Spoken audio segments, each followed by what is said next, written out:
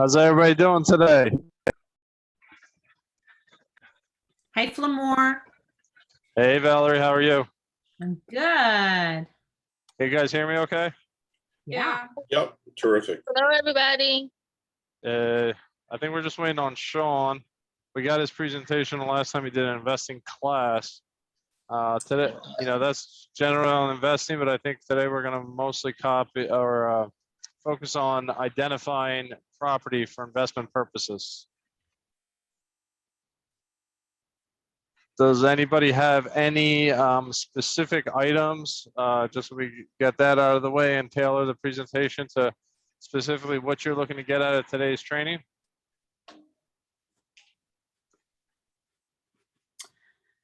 Yeah, for me, let me see if I can put my thing on. For me, Flamur, it's pretty much it's exactly what you've put. How do you know that investment property is going to be a good deal? I'm pretty sure there's some kind of formula, and I'm pretty sure you can find it in the MREI. But to hear it from you guys and maybe explained out a little bit would be great. Okay. So what I'm hearing from you, Valerie, is you're looking for kind of a tried and true formula and rules of thumb on how to evaluate the property themselves, like kind of a valuation, kind of an analysis piece, correct? Yeah, whether it's a good choice, and maybe that's not part of this, but Okay. that's where I'm trying to go. Okay. No, that's absolutely a part of it. Like once you find the property, how do you know it's any good?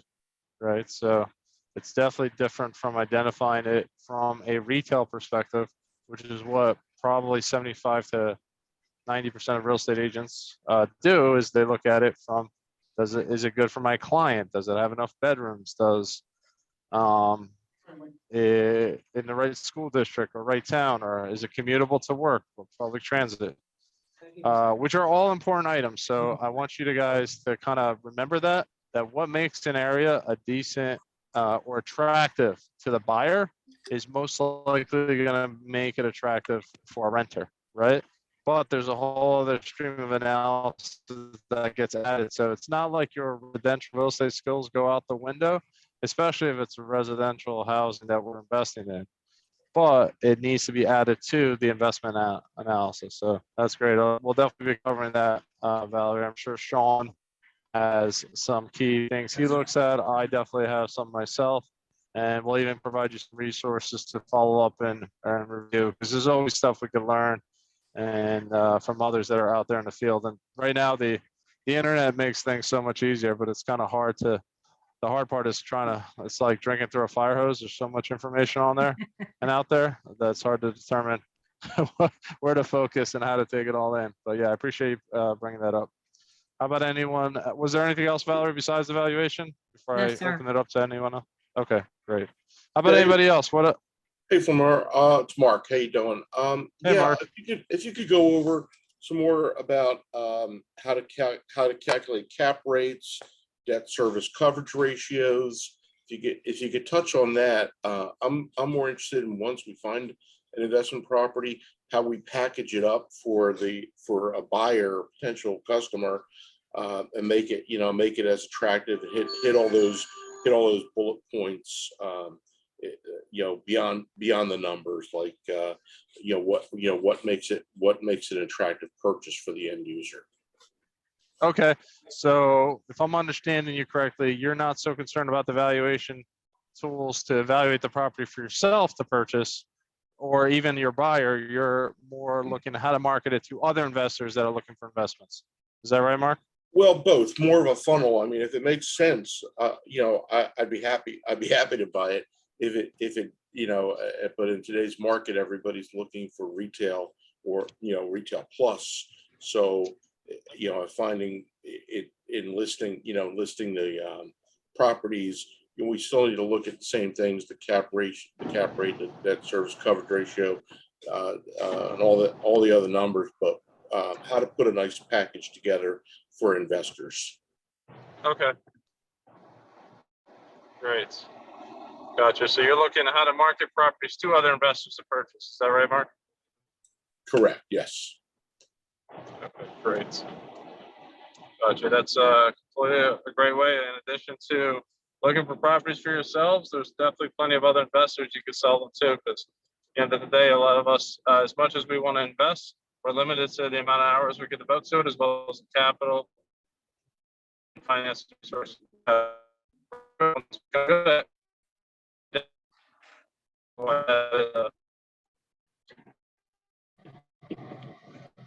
Great. Break it up a little from where. Right. How about anyone else? Anyone else?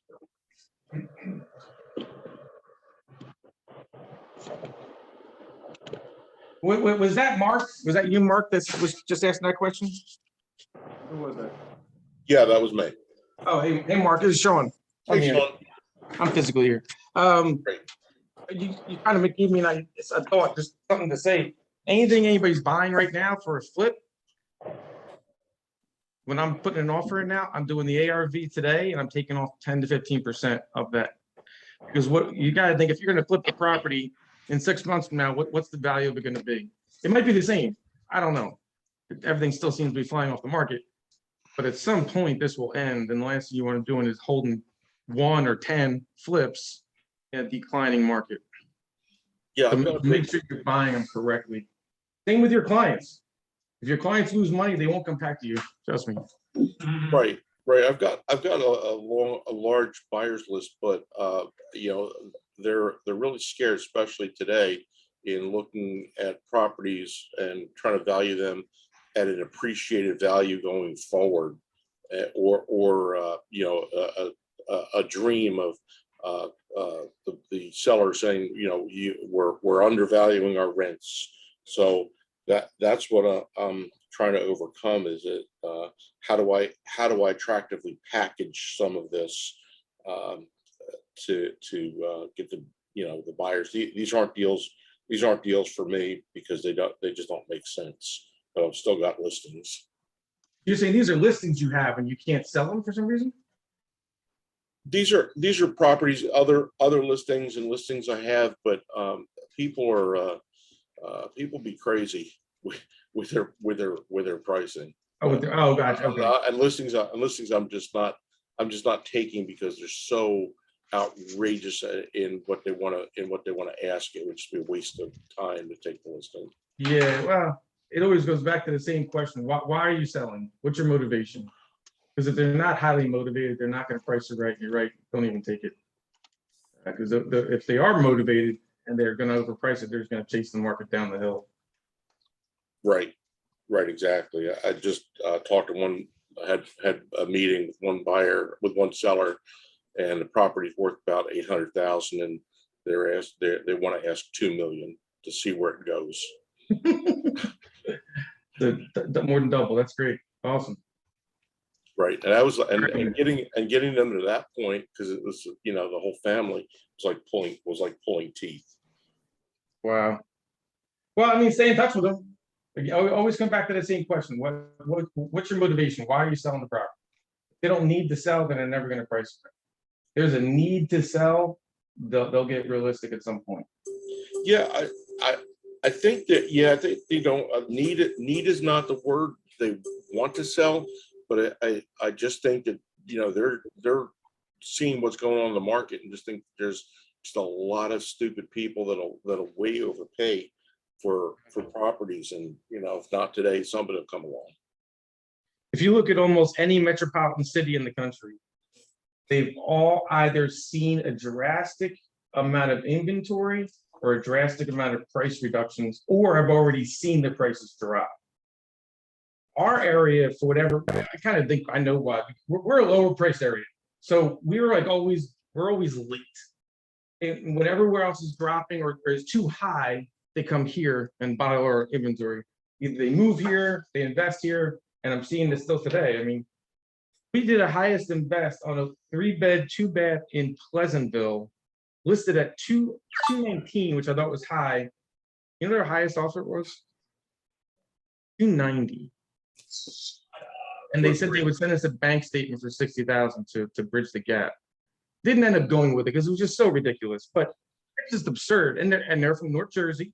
They sold some up there, they're moving down here. My point is, people are moving out because they can't afford it there. Maybe they can work remotely. I don't know what it is. But even last time we had to shift 05, I remember 06 was the stupid time. It was just stupid. And we're in that time. So if you overprice things now, I don't know about you guys, there is some stuff I'm not seeing moving. You have to lower the price. Actually, if you underprice it in today's market, you actually get more offers. But we're there. We just don't see it yet. So just be careful what you're buying. This class was actually about how to find investment properties, right? Okay. Just might make sure I'm on the right page. I asked Christine to put that on the screen just so we can have some talk about, maybe talk about investing. How do you think you find rental? How do you think you find properties? I'm not going to give you the magic answer, but there's ways. You buy any flips? You guys buy any? Hi, I have a question. Want to find them, Shawn? Okay, Teach me. I'll tell you. I want to find them. Yes. Who's that? My name is IKEA. I'm a Ikea. new agent coming into the Hey, office. welcome. How are you? Hi, everyone.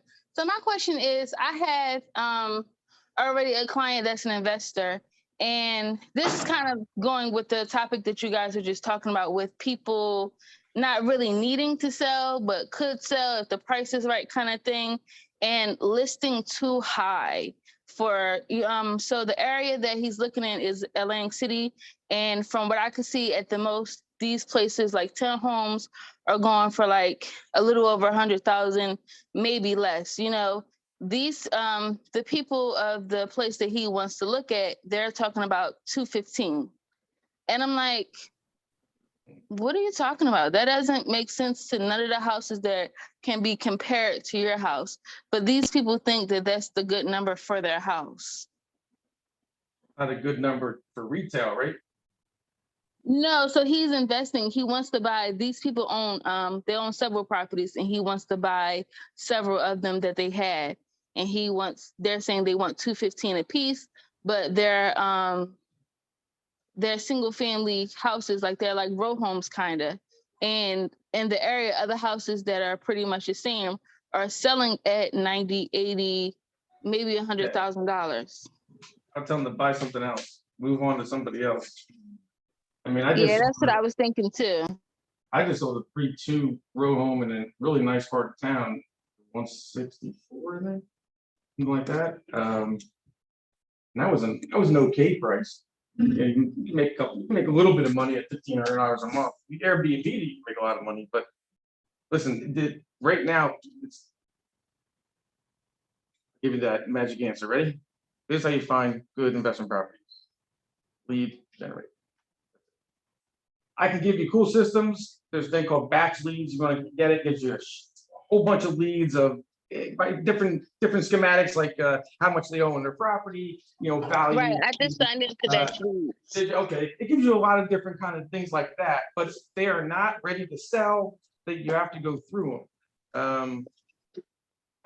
I'll give you an idea. Like, I don't know, you guys probably know, like Dan and Rich Perrin, they bought a franchise, and they were asking me to look into it. So I looked into it, and it's something I am interested in. But the big thing about the franchise is you have to advertise. You spend about $8,000. They spend about $10,000 a month, and their conversion rate is 3 to 5%, and that's 3 to 5% of the people that they get leads from. So basically, if you have sent out advertising, people call you, which is good. But if every 100 people that call you interested to sell, 3 to 5 of them are good investments. That's 95 people you got to talk to, not good investments. They might be good listings. My point is, if you want to invest in properties, I could give you the answers. The question is if you want to put the time in to do it. You know what I mean? And some of them aren't going to work because they want $215,000 with their own home while they're losing it. Batch leads, there's reverse systems. Been verified. Been verified is another app you can put on your phone. We found it, me and Adelina found a property that way. Well, she found the property. Took us about 2 months to find the guy, but I found his phone number, 10 numbers on Been Verified. Reverse directory, put the address in. Subscription based app? There's a free version of it, but I paid for it, and I forgot I paid for it. I paid for about a year. It's like $19 a month, but if you're gonna use it, it's well worth it. I mean, you can get a lot of phone numbers that a lot of people can't get. There's the man. Yeah, Ben, B-E-N, verify. Yeah. Ben verify, B-E-N verify. You want noodle? I use that a lot for listings. To get like listings, for some owners, stuff like that, for expires, things like that. But we've used it a lot on flips. That's why I actually got it, because you see these houses boarded up vacant for years. Use that to get those numbers. Best deals are not on the market, honestly. But that takes you just pick up the phone. You can do mass mailings. The best, if you want to do it at a high level, if you want to buy one property a year, just drive around, look at vacant properties. Use Ben Verified and find the phone number. You want to do 30 a year? Subscribe to something that does mass mailers, mass text messaging, and mass lists in quantity, and spend an hour or two a day going through that list. You know what I mean? It's like anything else, it's time on task. I mean, that's one part of it, finding the property, which usually is the hardest. But yeah, right? Yes. Yeah. The hardest part right now in this market is getting somebody to sell for the right price, because you need to sell, they want to sell at market value. You need to buy it at 15% below 6 months from now market value. You know what I mean? Because if we think the market's going down, you don't want to pay market value today. You don't want to pay near market below. Those people are over market value today. So instead of trying to beat them up, just tell them you're walking away, and they might come back to you a week or a month or a year. No, that's what I was thinking. I just told him that, like, we're gonna leave them alone. Let it, because they haven't listed it. They're crazy people. But I was like, let's just walk away from that for a minute, and in a couple months they'll realize like that they want that money, so they'll make a different number. I mean, yeah, the other end of it is like Airbnb. I've done VRBO. I've never done Airbnb with anything personal, but I was looking at the numbers in Atlantic City per night, like for a 3-bedroom in Atlantic City per night, they're like $250, $350 a night in the summer, maybe half that in the winter. I mean, I was talking to another agent of the company. He's got a place on New Jersey Avenue, which, and whatever, but 2-bedroom, 1 bath. He rents that in the summer for $225 a night. No, New Jersey Avenue, Atlantic City. Over here in Mystic Island, Yeah, they're going for $250 to $300 a night. that's great. See, and that the reason I mention that is because if you're into a property for a lot of money, that might be the way to make your money back. So that's why like Airbnb, people that buy cars just for Airbnb, they might push the market for a little bit longer, because when I say like, oh, you can't make money on that, so rent $1,500 a month. But then they tell me like, no, I'm gonna get $4,000 a month, because they're gonna rent 80% of the year, nightly, weekly, whatever, for Airbnb numbers. And I look, and at those numbers, there's not even a lot available. So that's a whole different dynamic. And the You only can make a thing, lot of money. Shawn, Yeah. the only thing that concerns me is I read somewhere that be careful if you want to invest in an Airbnb, make sure that the numbers will also work for you for a long-term rental. Yeah. I think I said that. Did you? I can't speak on, maybe you know more, but I can't speak totally intelligently about Airbnb. I think that's a bubble that might burst or may come down. I don't know. Yeah, again. This is Al, guys. That's a great comment, Valerie. Just note too, I got investors buying these properties in Airbnb, and that's exactly what you said. The only thing you might want to be cautious of, you have no control over this variable, is speed. Have to allow Airbnbs to then one. Right. And that could happen anytime, anywhere. So just be cautious of that for your investors that go in thinking, okay, yeah, the Airbnb is great today, but is it going to be in existence down the road? I think the only Exactly. doesn't, right? I don't think you can do it with Ventnor, or maybe Ventnor. You can't do nightly. You can only do monthly in Ventnor and Margate. Here you go. Though you only get a monthly CO. That's why you never see weekly rentals Right. on the MLS. ABC is the only town right now that will allow Airbnbs in Right. our area. Well, you can do Airbnb, but it has to be a month. You can do an Airbnb, but it has to be for a month, Correct. basically. Can't do that. Right. Nobody's taking I didn't think Atlantic City allowed it. About a couple months back, I realized they did. They didn't Okay. have regulations for They it. didn't? They were just doing it. Did Absecon outlaw it or something? I don't know. I don't know if Absecon's too popular, but So just check city ordinance. Yeah. Where you're looking to do that, just to make sure you can and any calls on the docket, running down the road this way. right. Then you give yourself some time and then figure out the long-term rental of. And if 75,000 people 2 years ago or a year and a half ago were in eviction, that was 75,000 households that were unable to be rented or occupied. What was part of our problem while we had no inventory. But when all those go through eviction, which are about half done, does that open up enough inventory for the rents to come down? I think it does. Rents historically have never dropped. Every time the prices drop, rents keep going. This time, I don't know, man. When you're renting $1,200, 600 square foot, 1 bedroom, in Fox Chase, and 14 to 1,600 in Heathercroft for 2 bedrooms, to me that just seems not in touch with the affordability rate of people here, right? I mean, I don't know, right? 100%. I don't see that staying forever, but who knows? It might. I don't know. No, that Yeah. is the problem. Maybe. So many of the rentals now are like really pushing $2,000 for places that aren't. It's not even worth it. Like it's so weird. Okay, well, $2,000 for how many bedrooms? Well, I said pushing. So I just seen a place. It was like 17, and I think it was 3 bedrooms. It was like 1 floor, had a decent yard, sort of kind of upgraded, but not like, not like nice. Right. Yeah, I'll throw my pitch out there before anybody runs away or gets off. If anybody finds a property that you think is good and you don't have the money or the means, give me a call. If it works, I'll buy it and we'll split it. I'll do 50-50 with you. I'll put the money in.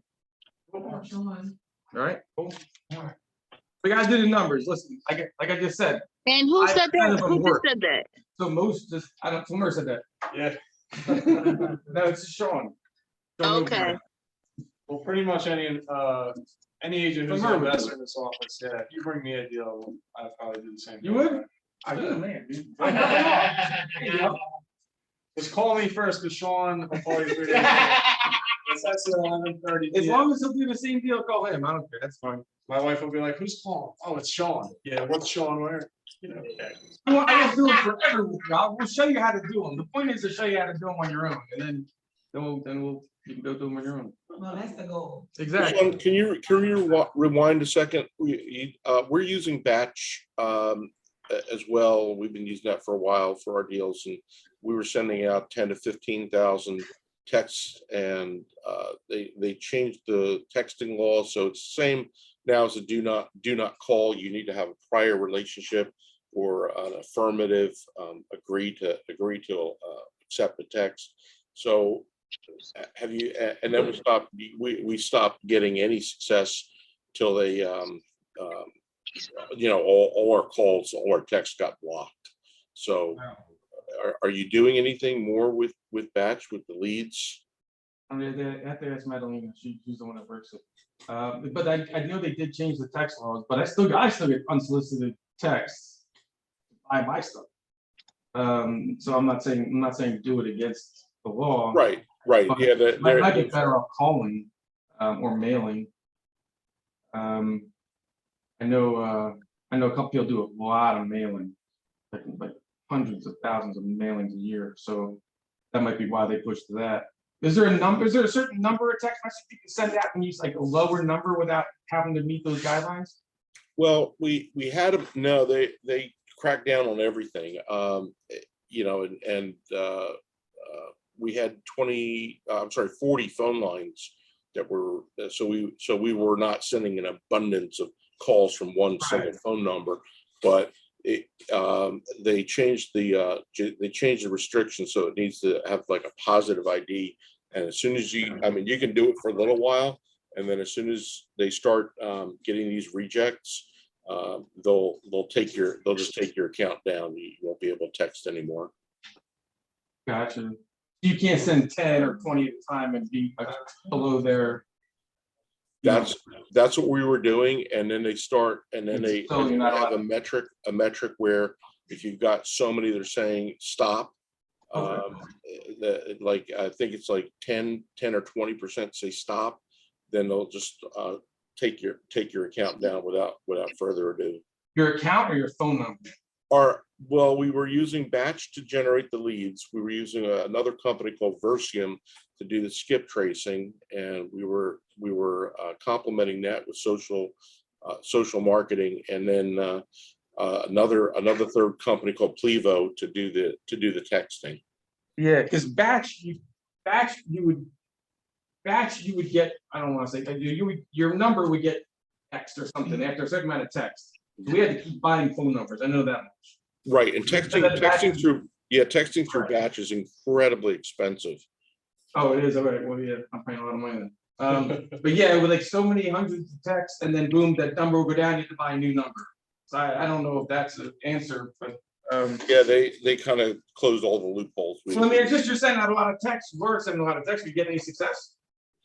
In the end, no. We were just getting a lot of people, just tire kickers, because we would look at the property as potential buy and hold as a rental. If that didn't work, we could take it and rehab it and resell it. If that didn't work, we take the listing on it and list the property. So How many leads a month were you? How many come should see my house, or tell me how much my house is worth? How many of those people did you get a month?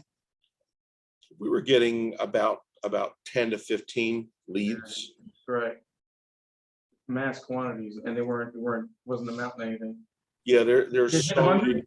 there's so many people out there texting and calling, and How many total you think you got from the time you did that?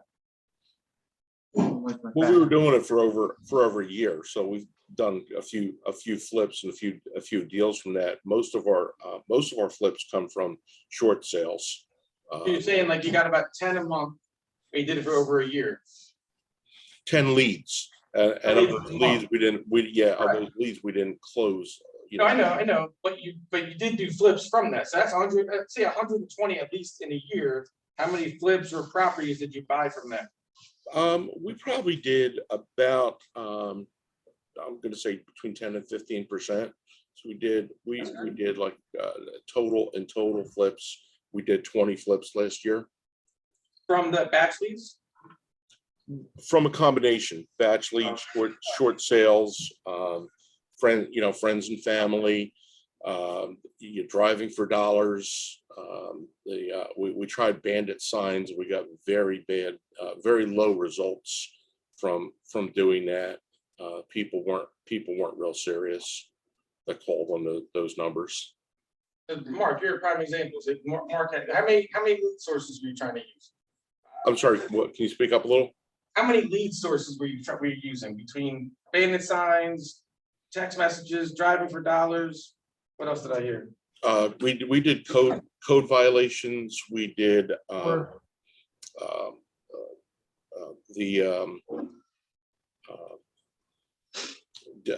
estates and I can't think of the word right now from the I know the county. Yeah, from the county offices, which you have to. That's really time consuming. It's a lot of work to get those leads. But you had 5 sources, and you bought 20 properties, or bought 20 flips or rentals in how long? About a year. Yeah. My point is, so you had 5 sources you were working on at a time, lead generating for properties you could buy, and you guys bought and sold. You bought or sold or bought and rented 20 properties. Correct. That's kind of what I go back to. If you want to do flips at a high level, if you want to do it if you want to do investment properties as a business, you can do it. The question is, do you want to put the time into it? What it is. You know what I mean? Does everybody understand what he's saying by the different Resources?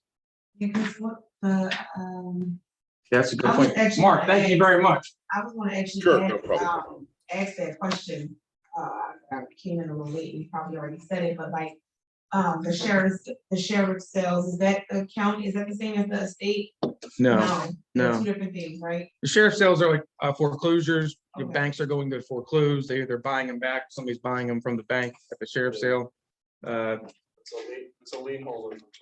It could be Right. it could be the homeowners or condo association. Exactly. Right, I meant probate is the word I was looking for. Yeah, he's saying like somebody died and they're like an estate sale. If you ever heard of that? But he was going to the court to find out. So what Mark is saying, he's curating different lists, right? So instead of calling every single property owner, which is also a technique that you could do, it's just gonna take you a lot longer, is that you can literally call every single property owner that owns property in the entire county, state, country, and you can literally just ask them if they need any help, like geofencing or circle prospecting. There's different words for it, but if you like are familiar with the current area or you have a client that's looking to buy a certain area, you can literally just call every single property owner. What a lot of investors do, they'll go down a list. So abandoned home list. I mean, you could hire different services to curate that list. So Mark, what he did is he knows that if you go through probate, it has to be done through a county surrogate's office. So you can start a list from there. For abandoned property, like people get letters from the city for Is that the county law office? surrogate.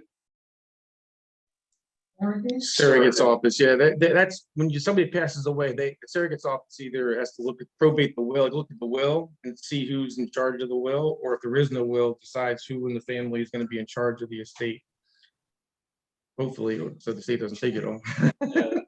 Yeah, you have to go down to the county offices in Atlantic County. There's Atlantic City and Mays Landing, and actually physically go through each of the records of each of the people's estates that's being probated and see if there's any real estate attached to the estate. Just because somebody dies doesn't mean that there's real estate there. So there's a lot to process, and then you need to find the next of kin, and they are not really helpful in the probate office. I mean, They give you the list to look at. they give you the list to look at. They won't let you Just take read pictures through of it. They'll let you research it, and then you just have to handwrite notes down there. You're not allowed to have a computer in there. So it's a very tedious process. Yeah. How do you go about getting the information? You answered that already? Abandoned homes? I don't know if the city actually has an abandoned homes list. That might be more driving for dollars, he was saying. Have you ever gotten a list of just abandoned homes, Mark? I don't know if the city has that. Maybe Yeah, if they're on sure. demolition, if they're on the demolition list, maybe. I think you mentioned a fine list, like. The city fines, yeah. That's Yeah. Yeah, there is an abandoned. Certain cities, municipalities have an abandoned home list. oh, really? Yeah, I've yeah, never heard of it. they're scheduled for demo.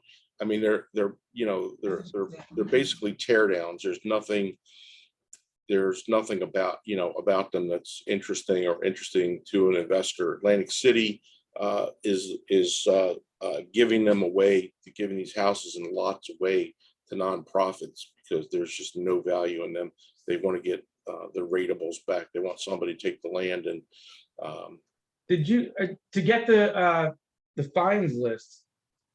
I mean, I know people to say sometimes they've given it, but do they just voluntarily give you the fines, the properties with the fines? You have to follow Like the code violations. It's different. It's different in every municipality, and I gotta follow you gotta build. Yeah, you got to go in there and build a relationship.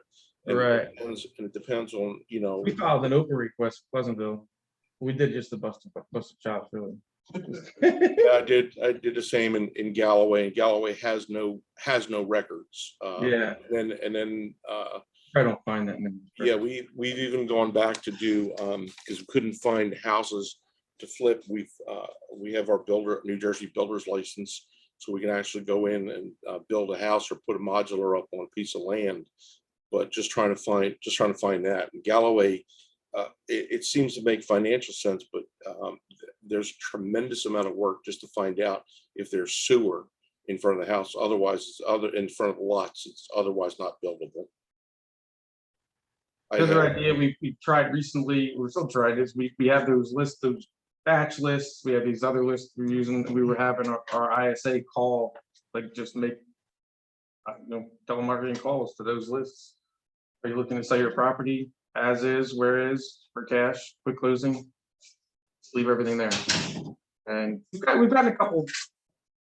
We're wanted to look at them, but right now people are just they're a little, it's tough to tell people your house is worth less because it's the market's like the as it starts to decline, the more people start jumping out. But essentially, these are just lists that you can call on, like actual homeowners to see if you can make a deal. I mean, let's say we had 1, 2, 3. I bought in 3 and 4 in the last 2 months, I think, 3 months maybe. And 3 of them were off the market. Something we drove by, someone gave us a tip. Somebody actually tried to wholesale me one for 75,000, but then he realized he couldn't even buy it. So then I ended up calling the owner directly, and I was like, "Well, if he goes by the end of the month, I'll buy it." So I actually bought it for $25,000 cheaper.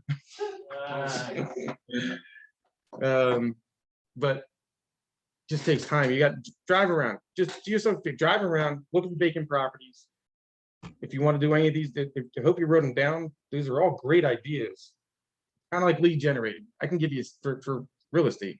I can give you 7, 10 ways to lead generate. Don't pick 10 of them. Pick 2 of them and do them at a high level. Oh, just pick 1 of them and do them at a high level. I have a And that- question. It's time on task. You know what I mean? Because if you're not going to put the time in, you're not going to get it back.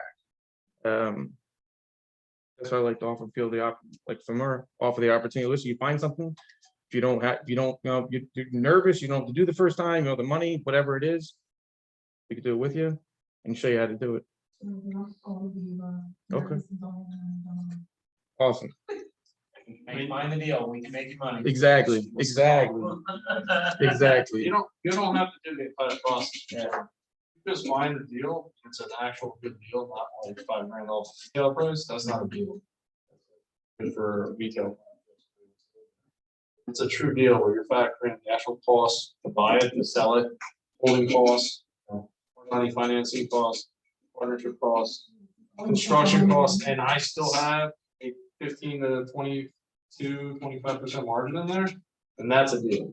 A lot of people, you gotta buy it on 50 cents on the dollar, and think you're robbing people. At the end of it, I'm making 20 grand. On life savings. Exactly. So a lot of people don't factor how expensive it is to fix up the problem. Expensive. Especially right now. You can get anybody to go. If you find something that you think may be a good deal and you're not sure, call for or call. Yeah. If you don't know, don't just sit on it and be like, oh, I'm not sure. No, call. They will tell you, 5-minute phone call, they'll be like, what's this, this, this, and this? Oh, not a good fit. Here's what you do from there. So don't hesitate. Flamur's a super nice guy. You know Flamur. Some of you know Flamur. Exactly. Everybody knows Shawn. If you can get him on the phone and he doesn't see something shiny, he'll tell you everything you need to know about real estate. So the squirrel comes by. I'll blow your mind with information for as long as you can give his attention. So call them. You think it's a deal. So, somebody online have a question? I heard somebody. Is it Kia or? I had a question. Okay. I couldn't really hear you, but it's exactly what my question was when you were going over the numbers, because I know that's for identifying, a good investment for real estate. So let's say besides the lead generation, maybe I'm jumping ahead here, but we were talking about, the cap rate and, different percentages. What exactly are we looking for to figure out if it is a good investment? Okay, so the great questions. Sandra, thanks for bringing it up. So the main thing is, I think going around and around, I think you gotta identify what type of investment you're looking for. Are you looking for a quick flip or are you looking for a long-term hold? Right, and so there's gonna be different valuation techniques. Yes. And then there's like a third route, which is alternative investment strategy, like short-term rentals, like Airbnb. Ray and I have a mutual client who does halfway houses. That's, and then I have a client who's looking for setting up a retirement home in the house. So I consider that more like operating businesses. Even with Airbnb, a lot of people fail to realize it's not just the 4 walls and the roof you have to provide. You're putting in furniture, bed sheets, even the forks and knives in the drawer. You're running a hotel essentially. So unless you're gonna be placing bookings, cleaning the units and doing all that, you're better off handling that. So there's ways to do it without actually being the day-to-day operator of that business. So if you go back to what a lot of residential kind of agents and investors do, fix and flipping, the standard rule is 70% of ARV, stands for after repair value. So basically, not what you're going to list it for, but what you relatively think you're going to sell it for. So in other words, if you have a $200,000 house, when it's all said and done, take 70% of that, which works out to 140. Now you have to factor in your rehab costs. You have to subtract that out. So if you get a couple of estimates, and the middle one is $60,000, you should budget at least a 10% kind of budge number. There's always something once you get into a project. Oh, I don't know about you, Shawn, but I've never had a project be on time and on budget yet. I've gotten better with my budget, so I'm not Yeah. 50% off. I'm like maybe 20% off. I would 10%, whatever the construction costs are, I had 10%. Yeah, And then I fluff other numbers. right, yeah, exactly. I pay So- myself full commission. I'm not even the agent. Oh, gotcha, you're not even cutting back on it, yeah. No, exactly. Yeah, So, there's so- buffers. So say so in other words, if a contractor gives you a $55,000 budget, right, for your scope of work that you're providing them, so you have to, that's one thing, you have to provide a detailed scope of work, what you want done, and the type of materials you want done. The new countertops can be different to different investors and different contractors. Are you getting new laminate countertops from Home Depot? Are you getting baseline granite? Or are you getting the highest end quartz you can find? So I think those are all important. That could vary your budget a lot. Let's just assume that 55,000. Yeah, 10%, that's 5,500, so we're at 60,500. So your MAO, maximum allowable offer, should be about $80,000 on it. When I said 40 to 50 cents on the dollar, that's where I was getting that number. So a lot of people think you're stealing the home. You're actually, if you pay any more than that, you're subject to break even or lose money on it. So I would come in with like a 75 offer, depending on how hot the market is or how much rehab is really entailed. If I ever make an offer on something you bring to me and you know the people, if you don't want to present it, you don't have to. I made an offer, somebody here that offered me a deal and I gave it to him. I haven't heard from him in a couple of days. I'm getting nervous now. But it is what it was. I mean, the total rehab was $85,000 budget on a $180,000 house. So yeah. That's in cash. Cash or hard money? Usually cash or hard money, one or the other. I mean, yeah, if you're using hard money, any kind of money, you got to factor in the cost of the money too. So that's why you have that 70% of ARV. That 70% includes your budget for your profit, a reasonable profit, your holding costs, you pay taxes, insurance, and interest, your hard money costs, right? Which you're paying points, underwriting fees, and then also you're paying 2 times closing costs, right? You're paying closing costs when you buy it, and you're paying agent commissions and closing costs when you sell it. So hopefully, after that's all said and done, if you then overoffer, the market didn't turn on you, you're hoping to get about a 15 to 20% margin. So you're lucky to make 30 grand on that $200,000 house. And if you're splitting it with a partner, you're only making 15 grand a pop. Sometimes you're better off just, finding 2 or 3 more listings to sell because it can't go other way. But if you're good at finding them, you have the capital, you know how to manage a project, then it's additional money. And if you're going to relist it, hopefully with yourself, so it's a way to kind of funnel inventory into your real estate sales business as well. Sometimes you win big, sometimes you win small, sometimes you lose. I mean, Do you have a question? Yeah, and then can you also, I guess, buy the house for more than you're asking, so the seller can pay the closing costs? You know what I mean? Can you factor in that, or is it just contradictory? what do you mean, like seller concession, kind of like on a normal deal? Yeah, instead of double paying the closing costs, can you just pay more for the house and tell them if you pay the closing costs, are you getting more? Or is it Oh, just- yeah. I mean, that's works out the same way, right? Yeah. Whether you pay 55 cash or 60 and they cover closing costs, Same thing. works out. Does that work in your favor for taxes or anything, or? Not really. expensive? Unless it makes them feel better, they're getting 58 with 3,000 back instead of 55 cash. Yeah. Oh, we got 3 grand more, but Reverse psychology. yeah. It works on the retail end because buyers can finance those closing costs into their FHA or conventional loan, but me and Shawn as an investors, I don't. No, like this last one I bought, the seller wanted to walk with 50, so I ended up paying all his closing costs. Okay. He wanted more. Valerie, you have a question?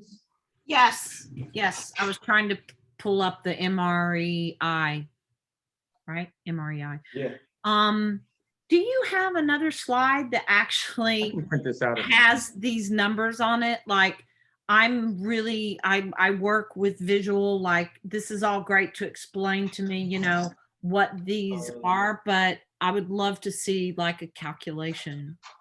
So I definitely, I don't know if this is Sean's presentation. I don't know if Yeah, Sean this has is a my slide. very simple calculator But formula. If you go not- on but- Bigger Pockets, that's a huge real estate investment website. .com, Bigger Pockets. They have all kinds of formulas and calculations in different sites. I highly Can recommend you it. email this to you? They have podcasts, or drop it in the- webinars. Some, I don't know. That's the easiest, yeah? It Thank you so much. bigger Pockets. pockets. Valerie, I put it in the chat. Oh, you did? Thanks. Yeah, she's gonna send it to everybody somehow. They're probably the largest real Christine's estate the one- investment. Who's the best? They give you discounts. Okay. Oh, they do? Yeah, Thank you, Christine. and his, check on his. right there. You're welcome. No problem. So any questions on fix and flipping? I'll move on to long-term rentals. How do you find how many lenders? I can give them something. You can Google, there's like 5, A 10 lot years of ago, it was hard to find. You had to call Shawn and ask him who this guy was. So when you got to call me to, my guys also. I get a named point Shawn. numbers. So there's difference now, there's a delineation between private money, which is old school hard money, where it's like a guy who retired with a union pension, or has been a lawyer or a doctor, with just $500,000 sitting in his bank account, has nothing better to do, and he's earning 1%.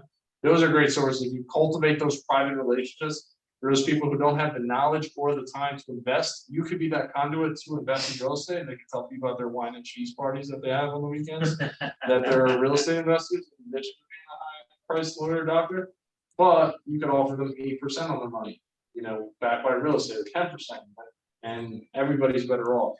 Now, hard money used to be really expensive. It used to be like 12 to 15% interest, and anywhere from 2 to 5 points plus underwriting or loan packaging or some other BS fee, typically tack on. But because it's such a short-term loan, and if you are calculating the number and you're making 30% of your money, you'll trade 10% for 30 all day long, right? If I give you, you lend me $10 and I give you back 30, will you do it? Every day, all day. So now you can just Google hard money lenders and huge institutional money. They're almost becoming like big banks themselves. Unless you got Shawn's circa 1985 style handshake agreements, 100%. Took 20 years to get this. It happens over time. So what will happen is you'll start getting people asking you, "Oh wow, that's amazing. How do you do it?" Especially if you're big on social media and post about your deals, and all of a sudden they're going to want to go on your next deal. They might only have 10 grand to their name, right? But they're going to give you that 10 grand. And you can use that for deposit funds. It would help fund some of the construction before the hard money rehab funds came. That's important too. So in addition to, you typically hard money is either 80-20 or 90-10. You're going to cover 80% of the purchase price. You have to come up with 20% down payment plus closing costs, so budget on 25 realistically. And then you have to fund some of the rehab, unless you have a really good relationship with the contractor. Those are extremely hard to find. You're going to have to front some of the construction costs before the rehab, which typically most hard money covers 100%. Yeah. So the first 10 to 20% of that construction budget, you're pulling out of pocket until that rehab money starts kicking in. Kevin Braun, our lender in here, has a guy, I forget his name, maybe his name is Chris. He'll do 100% across the board, but it's credit driven. So, I don't know, I don't have his number. Don't quote me. Just call Kevin and he'll give it to you. But I think it's like a 680 credit score or something like that. But 100% on the purchase, 100%, which I think is great for not having. I don't know if you need experience in flipping, but you can always use ours or something. But they're great. You had a question? Oh, sorry. Yeah. What's your question? We can't find that 100% lender that you're talking about a lot of costs more. What do we do if we don't have that 25% and can't fund all these renovations? You get a bridge loan. Like he was saying, somebody wants to invest 10 grand, 20 grand. They call it gap funding. Yeah, if you really, you might be able to get a credit card advance if you really had to. It depends how much you want to put it to the wall, That's the nice part about hard money. It's not as restrictive on where your funding sources come from, like a normal conventional loan. If you have a regular client looking to buy their first home and their mom and dad wants to give them, they're lucky enough their parents have the money, they want to write them a check, they have to sign a letter saying, fees in, it's okay. The hard money companies don't care. Right? I can get money, I can combine with some other investors, I can pull money out of a HELOC, I can get this credit card advance payments, Right. those checks, like I'm not condoning that, you know what I mean? But at a last case scenario, if you really wanted it. But there's like Flamur said, there's people out there, if they know your experience and you're doing good, they want to invest money, but they don't have a lot of money to invest. Do you wanna- Somebody had a question? Yeah, do you guys want to answer questions and wrap up? Please, yeah. Who had a question? Sandra? Hi, so I wanted to know about the difference if you're investing. I know that you can invest as an individual or an LLC. What do you recommend, or is there any other ways? Well, if you're getting lending, most of these hard money lenders, private lenders, they want you to do it in LLC. So that's first. Second, I would say probably an LLC, although I sometimes buy stuff in my private name. Yeah, if you're flipping, it makes sense to do an LLC. Unless it's your first deal, some of the like the construction officials, they'll take it easy on you if they think you're gonna live in it. Versus, if you're buying an LLC, they don't, assume that you're gonna resell it, so they're a little harder on you. But for liability purposes and look more professional, I always recommend LLC. It's so cheap to set up. You can do it yourself these days for 125 or 130 bucks. Exactly. But yeah, like Shawn said, if you're gonna get lender, they're almost gonna require it. Now for long-term holds, buying rentals, there used to be, when rates were cheaper, a slight benefit to put in your own name, because you could get like a lender like Greg Malma at Green Tree to do like a long-term residential loan, but now with the rates increasing, there's a much smaller gap than there was even 3 months ago. Yeah. Because the first 10 properties you put under your name under a Fannie or Freddie Mac loan. Right. You know any regular lenders that'll do LLC? Like Jim Malamut, TD Bank, anybody. I don't really know if anybody that does LLC loans. Pretty sure Green Tree and most lenders will do the LLC, but you do need to back the mortgage. In your name. Oh. So they'll write in the LLC. But yeah, you need. You could own the property in the LLC, and they'll lend to the LLC. Okay, yeah. You always have to be that side behind it. Yeah. I didn't know that. I didn't know they would do that. I don't know about Green Tree because they're not a portfolio lender. So if they actually hold the loans, and right, have a good relationship with a smaller bank, they might lend on it. Right. But like a 95% sure about Green Tree. Maybe. I had this conversation with Greg a month ago for a property. That's great. So. All right. You'll always have to sign behind it. Rarely, I don't know. I've always signed behind it. They always want a guarantor. But very rarely. Yeah. And all that means really is it won't show up in your credit. Like the loan will not show up in your credit unless you miss a payment. Then all of a sudden it appears. And it doesn't affect any type of like capital gains or anything like that as far as flipping it quickly. No, your taxes are going to be the same. Unless you hold it for 1 year. Right. Unless you're taxed differently. Like if you set up an LLC with a partner, then you have to file a partnership return. You elect S corp status, but going down the rabbit hole for the tax. Yeah. If you file everything on the tax return of the LLC, then it's only the income and expenses on there. But if you have partners, you'll just each take a percentage of the expenses, and the LLC will just zero out. Is capital gains still 15% after a year? That changed. So long-term capital gains are topped out at 20%. 20% now? You got to be in the top tax bracket. It depends on how much your other income. There's no flat capital gains after 1 year. It used to be. No. They changed that, really? Yeah. I mean, it could be as low as 0. If you It have used to be a year and 1 day of capital gains were 15%. No. It's 0, 10, 15, and 20. Oh. You're probably in the 15% bracket. Yeah, but somebody else who flips the same property might be 10. Right. But if you're in the highest tax bracket, you pay. Yeah. Cool. So then the only other thing I would say from evaluation, going back to Valerie's original question, long-term rentals. There's doesn't always work, especially in a state like New Jersey with really high taxes, but there's a 1% rule. So the idea is you should collect and rent 1% of your property purchase price. Or vice versa, whatever the rental income, you can multiply by 100 to get the price. So if you got a place that's renting for $1,000 a month, you can purchase it for more than $100,000. Exactly. That's just a rule of thumb to kind of, if you got 100 properties in MLS, you narrowed it down, that's gonna help you narrow it down to 10, then you could go into the numbers and see, oh, Yeah. these taxes are $4,000, some of the property taxes are $11,000, but the rents aren't that much different. That's why I I'm sorry, wouldn't buy can you another repeat house. that? Yeah, so it's called the 1% rule. So you should collect in rent at least 1% of the purchase price of the property per month. So for example, if you have $100,000 property, you should be renting for $1,000 a month. That's the ballpark I use.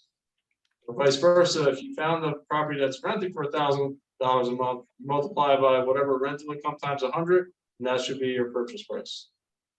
Or less if you get it.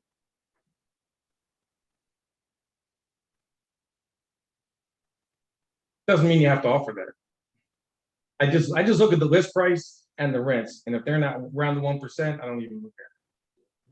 Unless it's been on the market like 300 days and I get it for like 30. But that's after you find out the ARV. You don't wanna, because you did that 100,000, you factor in expenses for renovations. So yeah, so that's assuming the place is fixed up and rent. Ready to go, yeah, ready Right, to rent. so you can back that out. So if you do something called a BRRRR strategy, which is on biggerpockets.com, it's kind of a mix between a flip and a long-term hold. So when you buy a flip, most people think you automatically have to sell it, pay off the lenders and get your profit. That's not always the case. If there's enough money on there and it's in an area that hasn't experienced huge price appreciation, or it's going to be difficult to sell. Atlantic City, parts of Pleasantville were like that for a very, very long time. Some parts of Atlantic still are. But the rents were amazing. It was some of the biggest rent differentials in the country still is. It made sense to buy a property, fix it up, rent it, and then refinance out. So a lot of smart, very wealthy investors do this because guess what? When you sell a property, what do you pay, Shawn? What's it? What are you talking about? That 15% pay capital gains? Yeah, When you I pay whatever my tax rate is, really. Yeah, so it depends. it goes So on top of my income, and then it's, you know, capital gains taxes, you sell it a year and a half, or short-term capital gains get taxed at normal tax rate. But what happens when you keep the property and pull the money out of the loan? You don't pay any taxes. If anything, you get a tax deduction for the interest you're paying. appreciation. Yep. Which gets added back in, some of that, when you So- sell it, FYI. What's that? If you do the depreciation, don't you lose that value at the end when you sell? No, actually, you have to add some of the Yeah. depreciation back in when you sell the property, which I didn't realize how much they add back in, Yeah. because I just sold like 7 properties I owned for 12 years, and Yeah. Yeah. 1031 did you? yeah, I didn't, I mean, whatever, I still made a lot of money, I'm like. So if you do that It was strategy, a you lot. could actually pay a More little than bit more for the property. You could pay as high as 80%. Because why? Because you're not having the closing costs on the back end. That'll balance out. Yeah. I just had a question. So if I'm a new investor, I don't really have much money and things like that. I want to buy a property in cash and then I fix it up. I cash out refinance about 6 months or so. Yep. And then I rent out property. If I can't afford, if I have to get hard money lending, first off, I can't afford conventional. Yep. How can I afford that cash out refinance? Is that factoring in like a DSCR loan or something like that?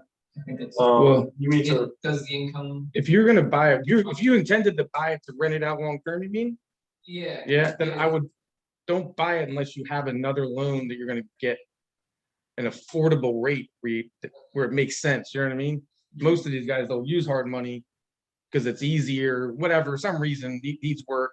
And then when it's done, then they go to a normal bank, which they already have lined up usually to refi that high interest loan. Now, I don't know, like you were saying, the rates, if it's only different than 1%, then maybe it can work in the hard money long term. They do long term rental hard money, like long term. So hold when and buy and hold. you mentioned the DSCR, that's Yeah. debt service coverage ratio. So it used to be just in commercial. If you're buying a restaurant building or a big multifamily, that's what most commercial banks use. Right. Now the hard money lenders have gotten into individual, like as small as a single family house. Really? They do a DSCR. By that is you take the net income of the property. And so net income is all the rents, subtracted out all the expenses you pay. So typically property taxes, insurance. Yeah, so they want the coverage ratio, meaning how much income after expenses cover the loan. So a 1 means that if you're paying $1,000 mortgage per month, your net profit is at least 1,000. Most DSCR lenders want a 1.2 or 1.25. So they want a 20 to 25% kind of premium on top of what we're paying. Or back. vacancy rate. Yeah, because they know that if it comes down to it and we hit, when it comes to like a recession or bad Are economics. they taking the rent directly? No, not necessarily. No. That's just how they're using it to underwrite. When they start doing that? They've been around for a while, but they haven't been that On single popular. families though. Yeah, no. Yeah, it's Or- been like or- 2 or 3 years. But Oh, really? They've gotten into really popular lately because they realize a Really? lot of people are buying the properties. And like myself, I want to keep at least a third of the properties. Right. So like now they realize, oh, then we can keep that business in-house. Yeah, If they could find the actual lenders to lend them the money to. Right. I mean, okay, right. Oh, I want to just piggyback on that. If you do that and you rent the property out, if you have a lease, you have a tenant in place or a tenant will be in place, you can use the amount of lease, the lease payment as income. So your Greg Malamich, your Joe Jersey's, you just get a regular loan. Right. Because they're gonna use the amount, your $1,000 a month is your payment, you're collecting $1,100 in rent. They're gonna say, okay, you're profiting $100 a month, we're using your, the lease money you're collecting from the tenant as income. And get it through any lender, right? Right. So that's a great point. I think you mentioned that, get the loan and then lease that, you have to lease it out. Yeah. You have to have a lease in place, signed, person moving in at least a couple months of payments for them to confirm that that's a true lease. You don't necessarily need a couple months of payments, For most depending DSCR on lenders. the lender, Yeah, it depends on the lender. right? Again, I was looking, Yeah. Greg said, just give me a lease and you're good. Yeah, actually, yeah, it But it's doesn't even case- have to be, it's it case by case. has to be a lease for the future, actually. Uh-huh. He was like, yeah, as long as it's starting in the next month or two. Yeah. Like, Yeah. before closing, I was like, oh, really? Included? As long Doesn't as actually- the lease kicks in prior to your first mortgage payment. Yes, So, but it could be after closing. Right. Right, I Well, thought that was crazy. Yeah. Yeah, What happens well, when obviously, yeah, that's true. Yeah, you don't own it you yet. have- Right, but there's some leeway there. Yeah, some lenders have last thing seasoning I'll say. requirements where they need to have the property name by a certain number of months, some don't. Keep that in mind when you're trying to- If you're buying buy and hold, just be careful. Everybody seems to be running to buy and hold. I'm not saying it's a bad idea, because with our Airbnb numbers, the numbers work. But I sold all my rentals. This is a seller's market. This is a seller's market, okay? Just be careful what you're buying, because I have a ton of investors that come to me, they want to buy more and more rentals, and I'm thinking, the prices are like at like a 10-year high, like. But I'm not saying they're wrong, but I could be wrong. When Warren Buffett said perfectly, he's a flat richer than me. When everybody's running towards it, run away from it. When everybody's running away from it, run towards it. So I think the next 3 years will be the time to run towards it. Not saying don't buy them, anybody else is crazy, but seller's market.